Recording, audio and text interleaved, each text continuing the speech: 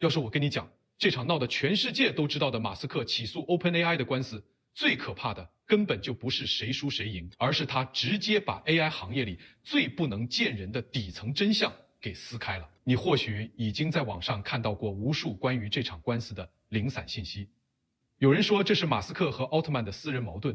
有人讲这是大佬之间的商业互斗，甚至有人说这不过是一场博人眼球的炒作。可是今天我要跟你说的绝对不是那些表面的情况。看完这个视频，这场世纪诉讼的本质你就会彻底弄清楚。它并非两个科技大佬的私人矛盾，而是人类 AGI 时代第一场关于技术控制权的公开审计。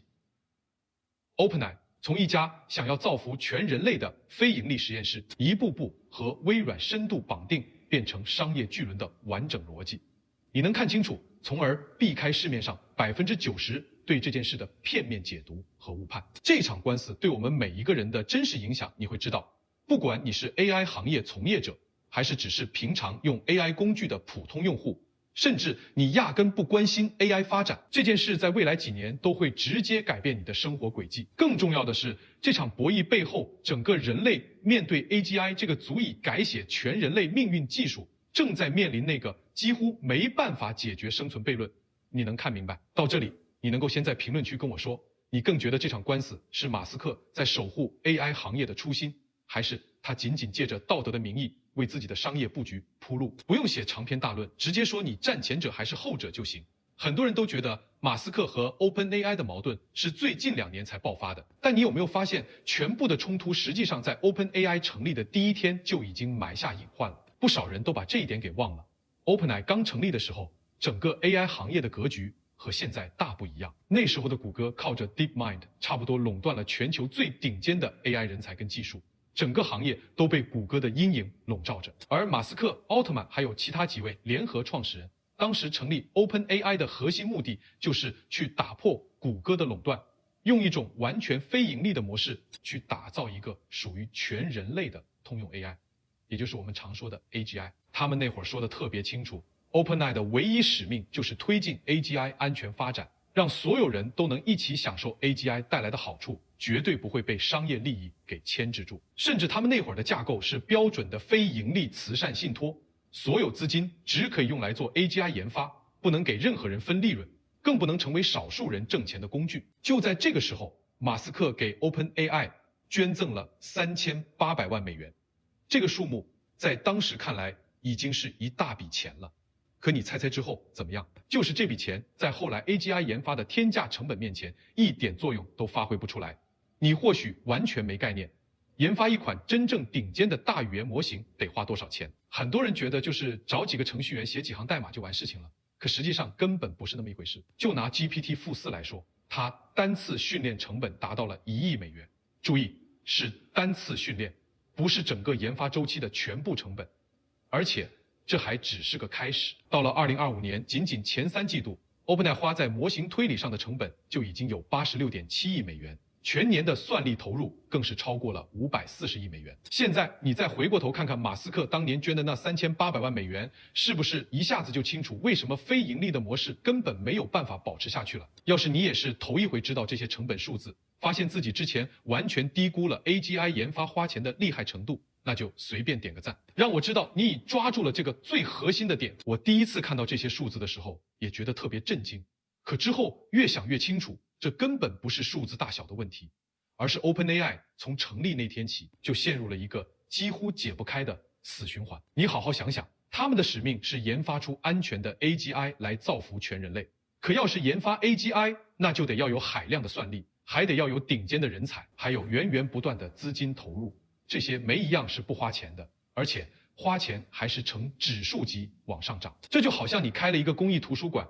原本希望所有人都能免费看书，不用花1分钱。可是后来你发现买新书的费用、房租水电的费用、雇人打理的费用，每个月都在成倍的涨。刚开始还能靠大家的捐款撑着，但是后来捐款的速度根本赶不上花钱的速度。这时候有个大老板过来跟你说，我给你投一大笔钱，够你用10年的，但你必须改成会员制，要开始收费，还要给我分红，你怎么办？你要么直接关门，让这个图书馆彻底消失，要么就接受这个条件，妥协一部分初心，先活下去。你告诉我，你会怎么选 ？OpenAI 当时面临的就是一模一样的选择。2019年，他们正式宣布转型，推出了所谓的利润上限架构，同时引入了微软的投资。很多人都在骂，说 OpenAI 背信弃义，忘了初心。但我更倾向于认为，在当时的情况下，他们其实根本没有太多的选择，要么接受商业化，拿到钱继续做研发，要么就看着自己的非盈利实验室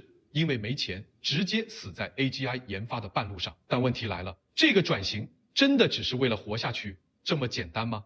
当然不是，因为从微软的钱进来的那一刻起 ，OpenAI 的命运就已经不再完全由自己掌控了。很多人都只知道微软给 OpenAI 投了钱，但你有没有发现，微软给的不只是钱，还有整个微软生态的算力支持、云服务，还有商业化的渠道。可以说 ，OpenAI 能有今天的规模，能把 GPT 系列模型迭代到现在这个程度，完全离不开微软的支撑。但反过来，微软也通过投资一步步拿到了 OpenAI 的核心技术使用权，甚至是很大一部分的话语权。也就是从这个时候开始，马斯克和 OpenAI 的矛盾彻底摆到了台面上。在马斯克看来， OpenAI 已经完全背离了当初成立时的非盈利承诺，从一个立志造福全人类的实验室，变成了微软这个商业巨头手里的工具。而 OpenAI 这边却觉得自己没有做错，他们只是为了活下去，为了能继续研发 AGI 才做了商业化的选择。而且他们觉得马斯克现在跳出来指责，完全是因为自己也入局了 AI 行业，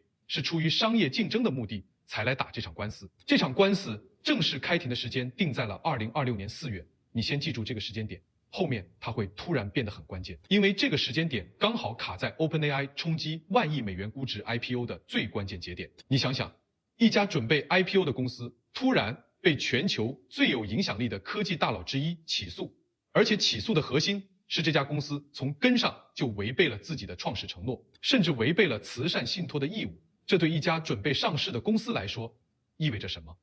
不用我多说，你也能想明白。更有意思的是，马斯克在诉讼过程中主动撤回了关于欺诈的指控，把所有的火力都集中在了 OpenAI 违背慈善信托义务这一点上。你知道这意味着什么吗？这意味着马斯克从一开始就没想过要靠这场官司拿多少钱，他要的从来都不是经济赔偿，而是道德高地，是把 OpenAI 定在违背初心的柱子上，是让全世界都看到OpenAI 已经不再是当初那个非盈利的、属于全人类的 OpenAI 了。所以这场官司，与其说是法律上的博弈，不如说是一场彻头彻尾的叙事战。马斯克这边打的是完完全全的道德牌，他把自己塑造成了 AI 行业初心的守护者，是唯一一个敢站出来对抗资本对 AGI 技术绑架的人。他要告诉所有人， OpenAI 当初承诺要把 AGI 交给全人类，现在却把它交到了微软这个商业巨头手里，这是对全人类的背叛。而 OpenAI 这边打的则是完完全全的现实牌，他们反复强调，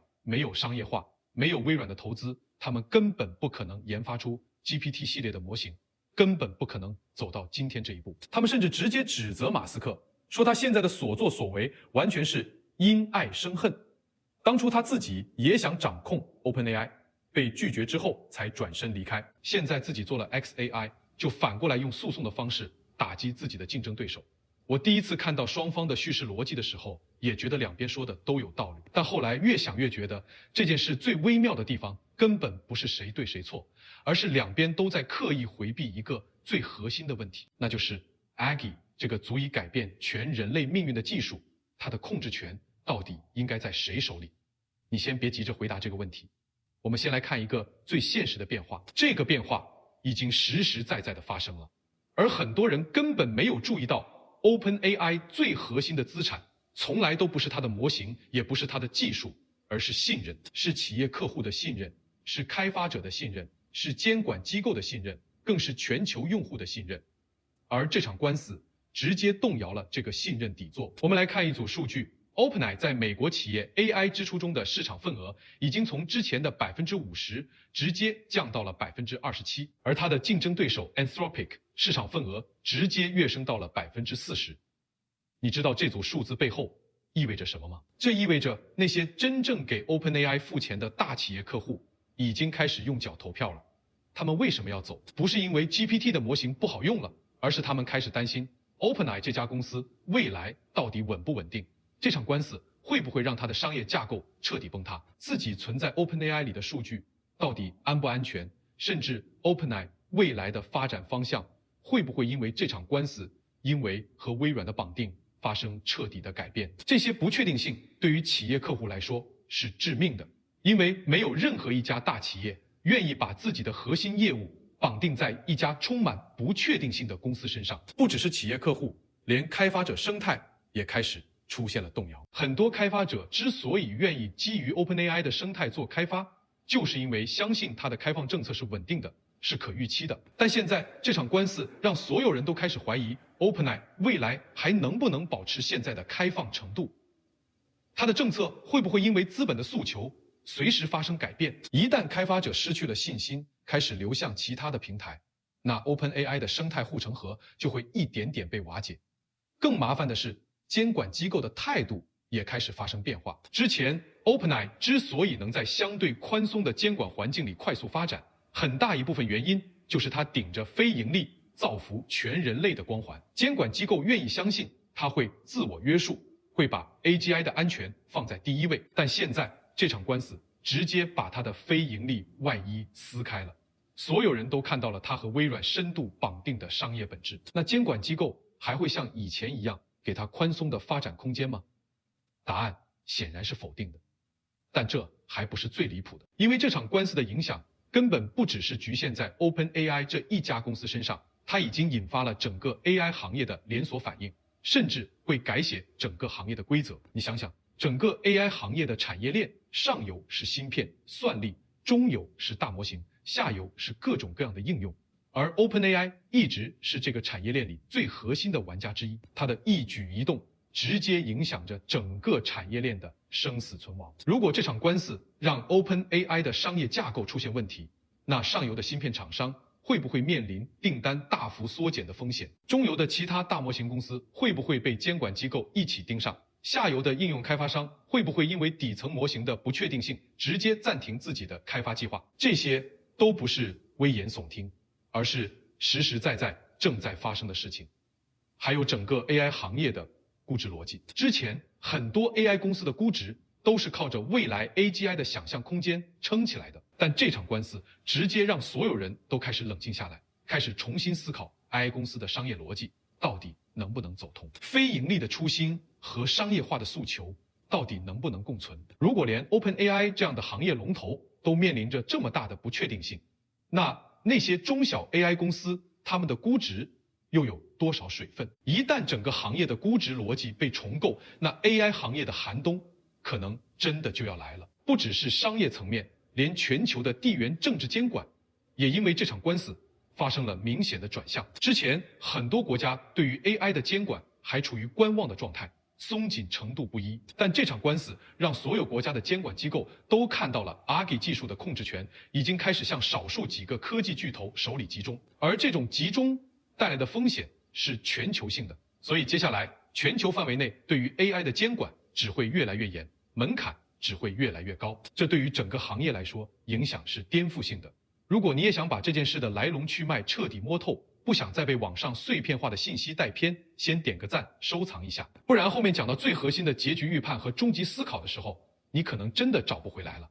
聊到这里，你肯定会问，这场官司最后到底会是什么结果？其实无非就是3种可能。第一种，马斯克全面胜诉。如果真的出现这种情况，那 OpenAI 现有的商业架构会直接全面崩塌，它和微软的合作，它的商业化模式，甚至它的 IPO 计划都会直接化为泡影，整个 AI 行业都会直接进入寒冬，所有的 AI 公司都会重新审视自己的商业逻辑和发展路径。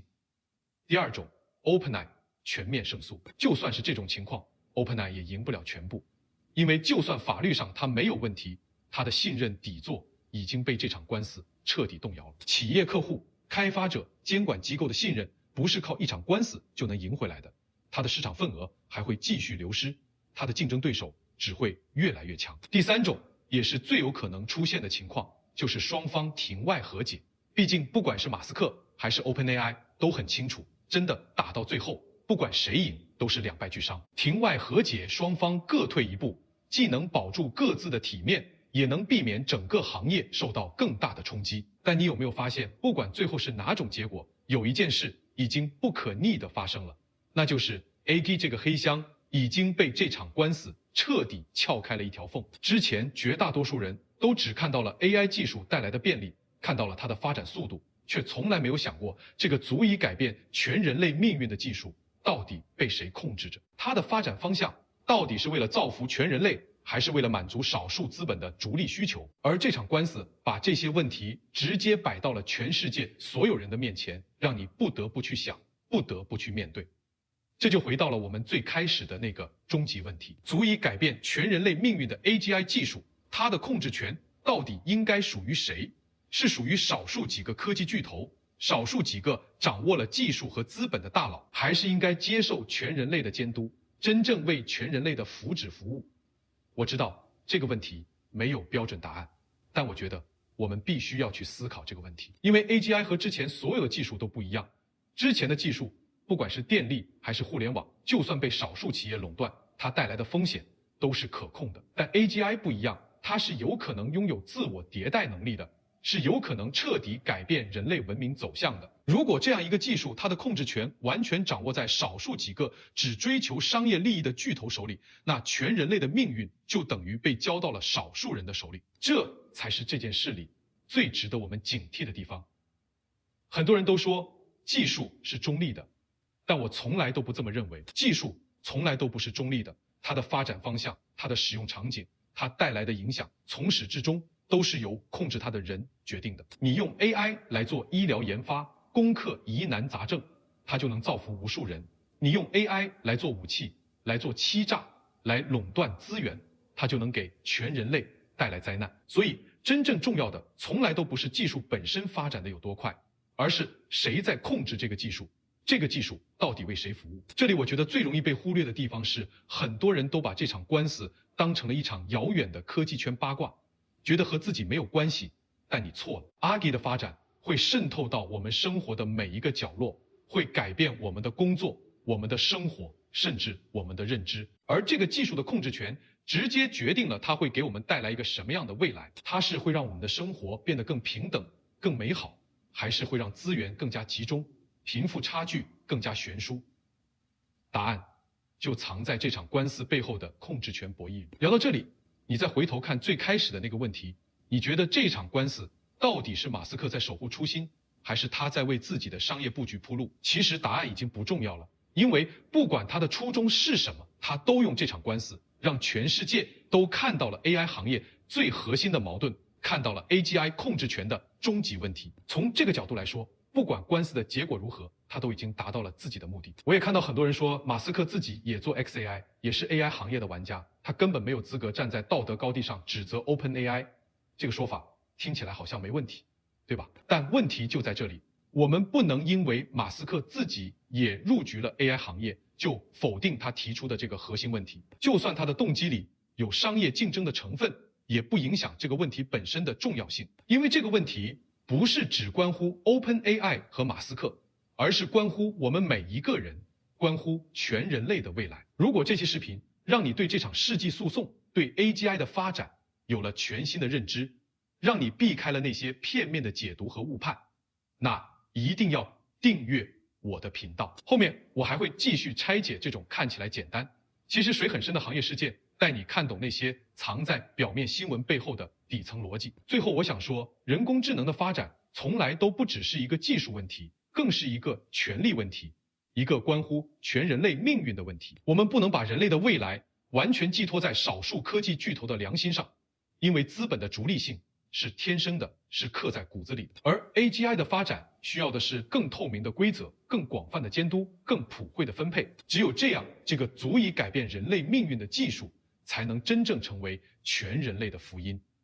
而不是少数人谋利的工具，更不是悬在全人类头顶的达摩克利斯之剑。最后要跟大家说清楚，今天视频里的所有内容都只是我个人的观点和信息分享，不构成任何专业的投资、法律、金融或者其他领域的专业建议。不管是涉及到 AI 行业的相关投资选择，还是法律相关的问题，又或者是其他任何需要专业判断的事情，都请你一定要咨询对应的持证专业人士，结合你自己的实际情况，做出理性的判断和选择。